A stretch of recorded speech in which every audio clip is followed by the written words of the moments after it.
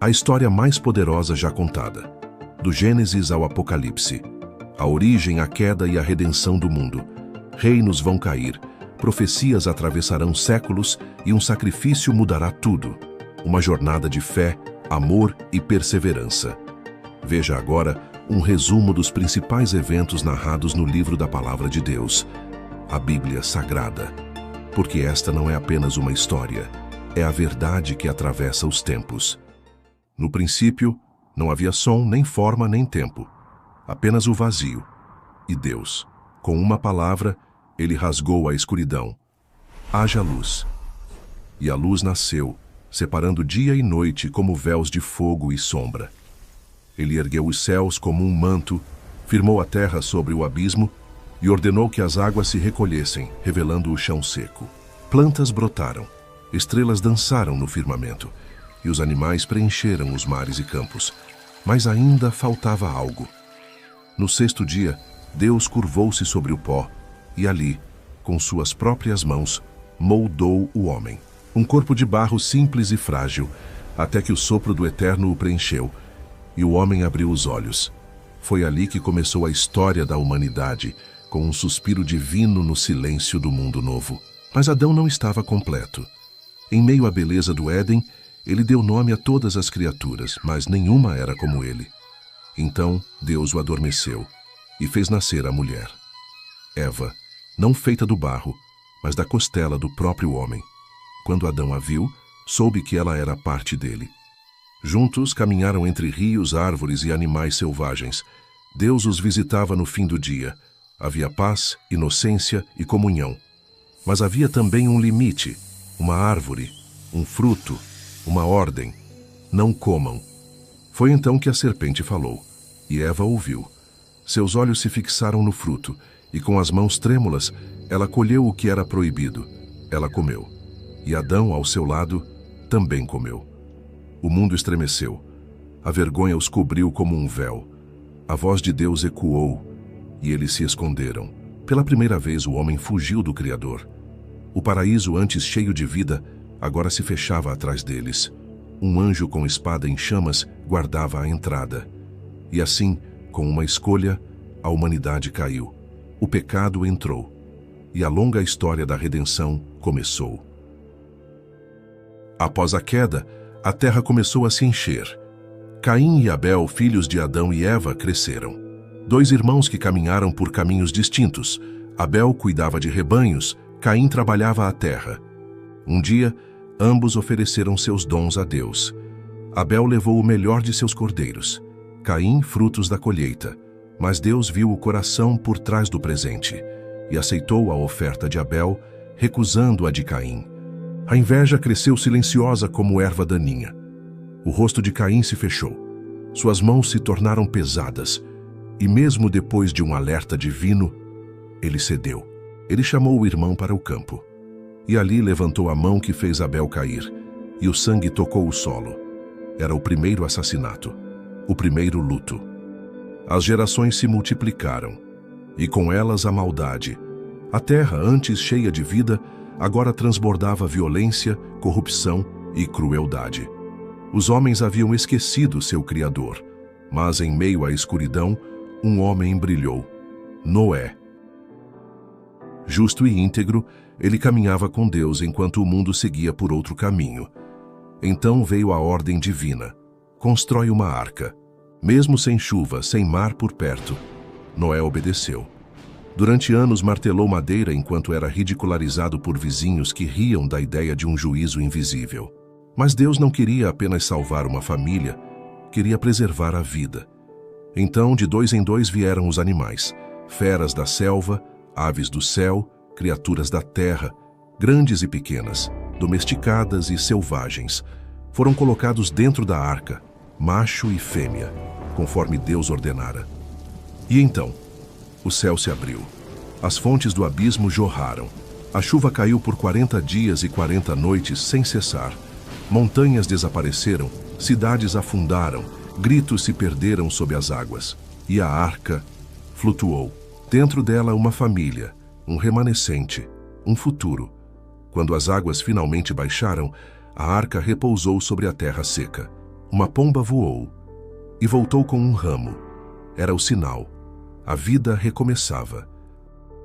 Após o dilúvio, os homens voltaram a crescer em número e em orgulho. Falavam a mesma língua, sonhavam os mesmos sonhos e decidiram se tornar deuses de si mesmos. Em uma vasta planície começaram a erguer uma torre.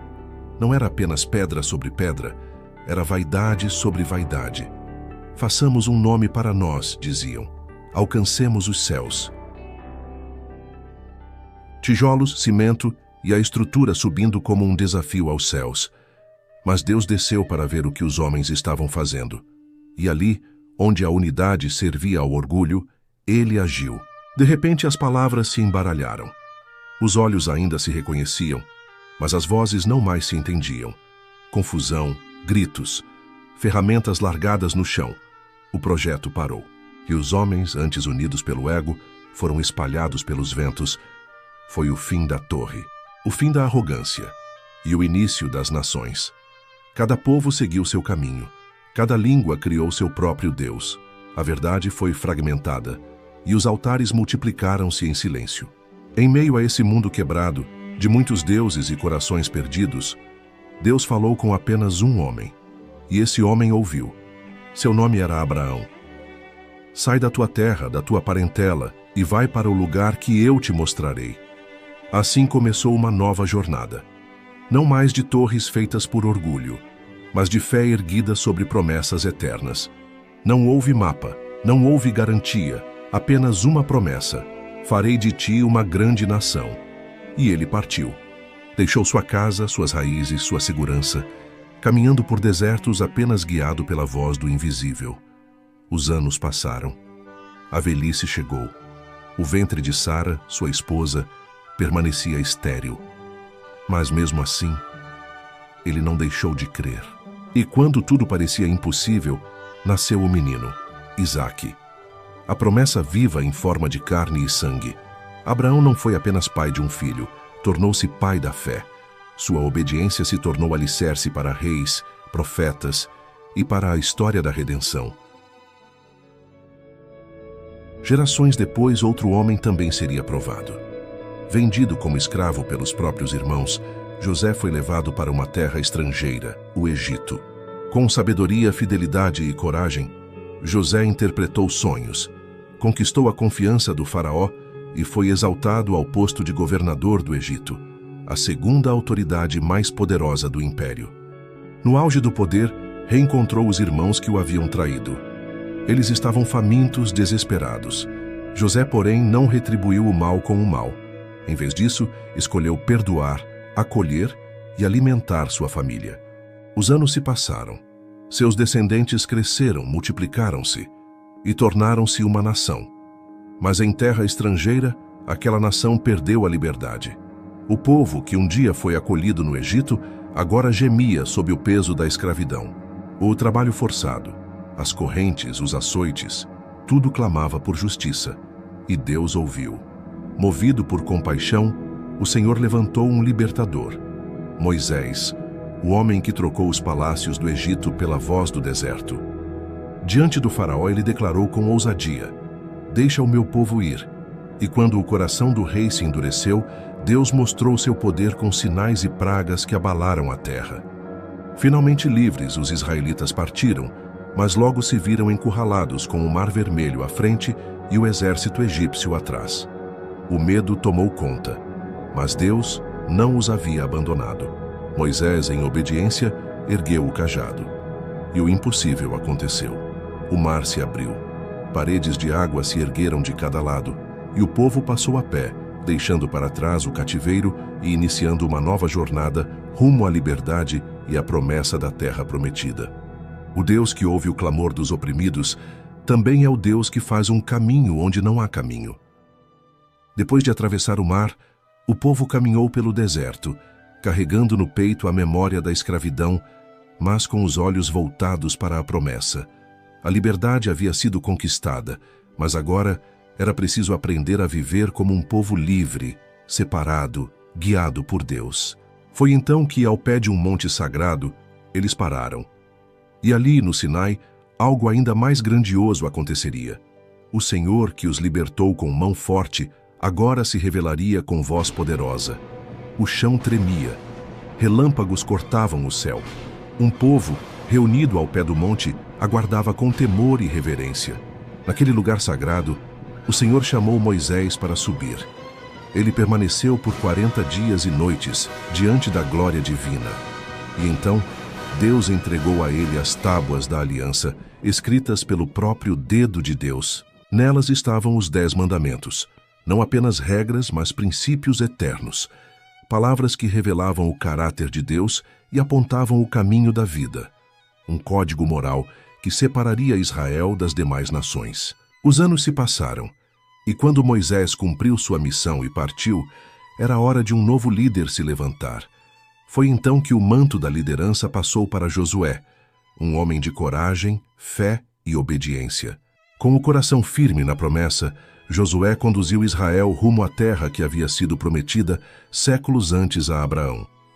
Mas antes de tomar posse da herança, um obstáculo grandioso se erguia diante deles: Jericó, uma cidade fortificada, com muralhas altas e intransponíveis. Deus, porém, não age pelos caminhos humanos. Em vez de espadas, ele ordenou trombetas. Em vez de guerra, silêncio e obediência. Por 6 dias, o povo marchou ao redor da cidade em silêncio. No 7º dia, ao som das trombetas e ao grito do povo, as muralhas ruíram diante dos olhos de todos. A vitória não veio pela força, mas pela fé. E com Jericó vencida, Israel começou a tomar posse da terra prometida. A promessa feita a Abraão, de uma terra para seus descendentes, começava enfim a se cumprir diante de seus filhos. Um novo capítulo se abria. O tempo da conquista havia chegado. Mas mesmo com a terra habitada, o coração do povo ainda precisava de direção. Reis se levantariam, juízes seriam enviados, e Deus continuaria a agir através dos improváveis. Foi nesse cenário de desafios e conflitos que surgiu um novo protagonista da história sagrada. Não era um general experiente, nem um guerreiro renomado. Golias, o gigante filisteu, se colocava dia após dia diante do povo e desafiava: quem se atreve a me enfrentar?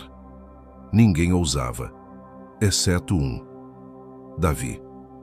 Com seu estilingue na mão e 5 pedras no alforje, ele não confiava em sua força, mas na fidelidade do Deus que o acompanhara nos campos e o livrara de leões e ursos.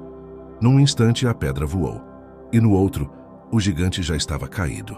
A vitória não veio da experiência, nem do tamanho, nem do poder humano. Veio da fé, da certeza de que, quando Deus está com alguém, até o menor pode derrotar o maior.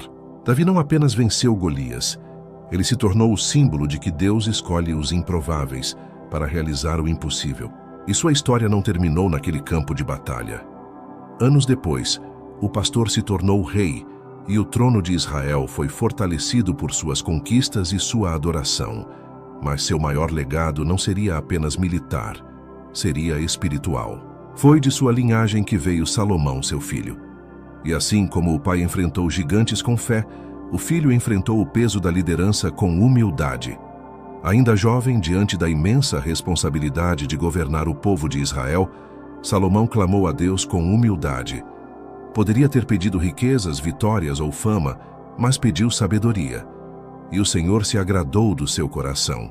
Salomão se tornou conhecido em toda parte pela profundidade de sua mente e pela justiça de suas decisões.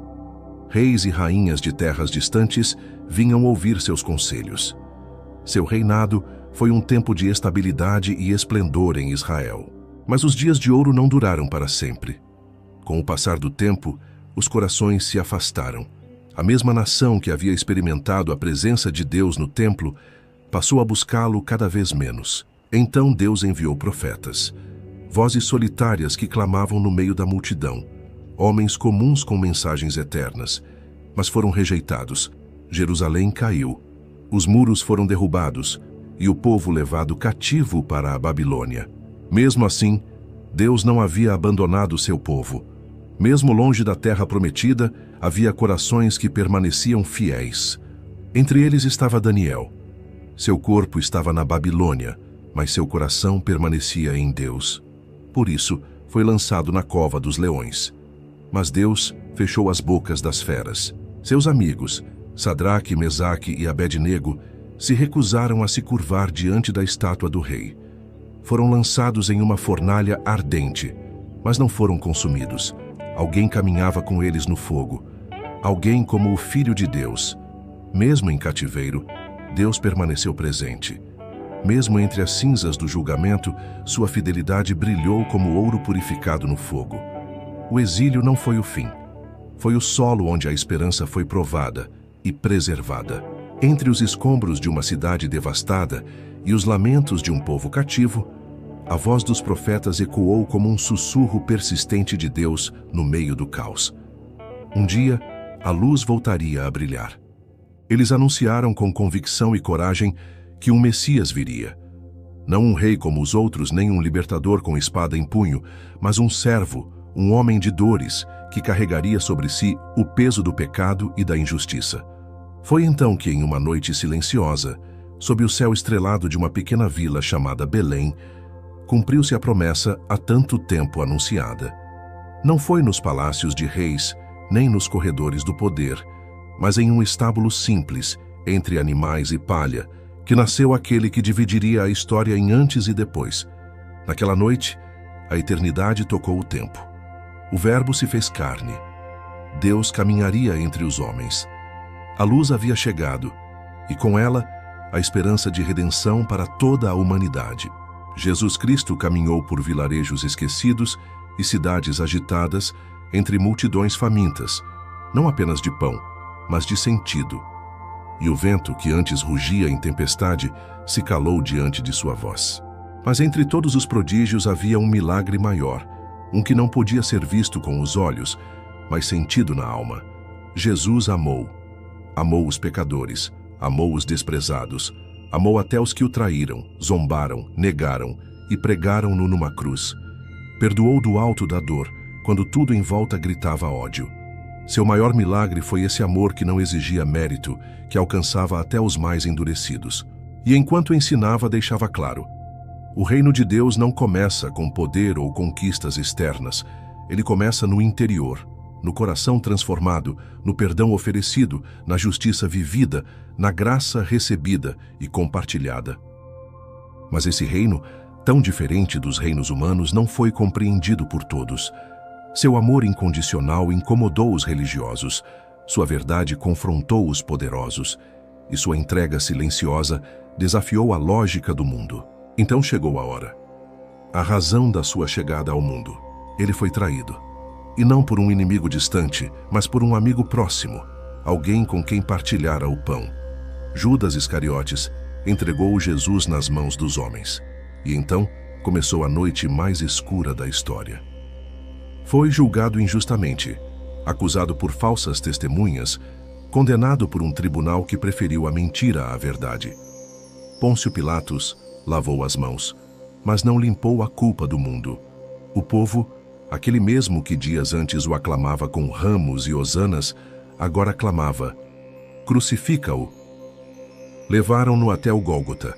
Pregaram-no numa cruz entre ladrões como se fosse o pior dos criminosos. Coroaram-no com espinhos. Zombaram de sua realeza. Ferido, sangrando, humilhado. Ainda assim, ele orou: Pai, perdoa-lhes, eles não sabem o que fazem. E ali, pendurado entre o céu e a terra, o Cordeiro de Deus entregou seu espírito. O véu do templo se rasgou. A terra tremeu. O céu escureceu. O Filho de Deus morreu. Mas a morte não pôde segurá-lo. Ao terceiro dia, quando ainda era madrugada, a pedra foi removida. O túmulo estava vazio. Ele ressuscitou, vivo, glorificado, vitorioso. Jesus venceu o pecado, venceu a morte, venceu o inferno. A cruz não foi o fim, foi o início. O início da reconciliação entre Deus e o homem. O início de uma nova aliança, selada com sangue, firmada com graça. O início da salvação. Há muitos séculos depois, um desses discípulos, já envelhecido e exilado na ilha de Patmos, recebeu uma visão extraordinária. João viu selos sendo rompidos, cada um liberando juízo sobre a terra. Ouviu as trombetas soarem, sacudindo os reinos dos homens. Contemplou bestas que surgiam das profundezas e um dragão que guerreava contra os santos. Foi mostrado o clamor dos mártires, os cálices da ira, e a batalha final entre o bem e o mal. E então se ouviu uma voz: Eis que faço novas todas as coisas. Deus enxugará dos olhos toda lágrima. Não haverá mais morte, nem luto, nem dor. O tempo da separação terminará, e os redimidos viverão eternamente diante do trono. E assim termina, ou talvez começa, a maior história já contada. Desde o Éden até a Nova Jerusalém, a Bíblia revela o plano eterno de Deus: criar, redimir e restaurar. Um Deus que ama, que chama, que perdoa, um Salvador que se entregou por amor, um Espírito que habita, guia e consola. A Bíblia não é apenas um livro, é uma carta de amor, um mapa para o coração humano, uma promessa viva. E sua última palavra ecoa com esperança: Jesus virá, e com ele, a eternidade. Seja muito bem-vindo ao Atlas da Fé. No próximo vídeo, vamos contar a história de Jesus. Fique com a gente para acompanhar com mais detalhes toda a saga do Filho de Deus. Seu nascimento, envolto em simplicidade, mas cercado de glória. Seu crescimento em graça diante de Deus e dos homens. A missão que mudou o curso da humanidade e sua entrega voluntária na cruz, com a vitória sobre a morte na ressurreição. A cada episódio, vamos caminhar lado a lado com aquele que é o caminho. Inscreva-se no canal, ative as notificações e prepare o coração. A história mais poderosa já contada está apenas começando.